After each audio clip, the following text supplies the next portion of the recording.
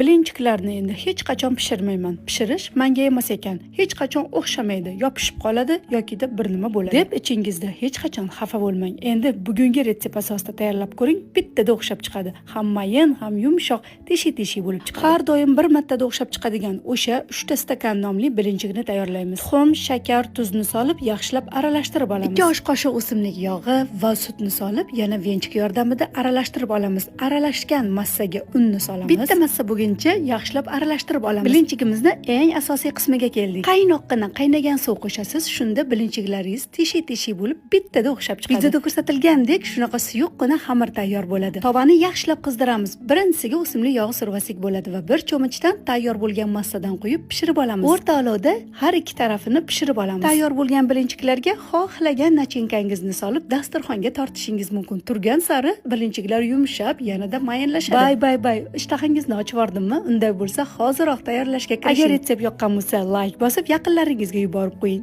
Ishtahangiz ochilsa, Robiyangiznikiga iftorga keling.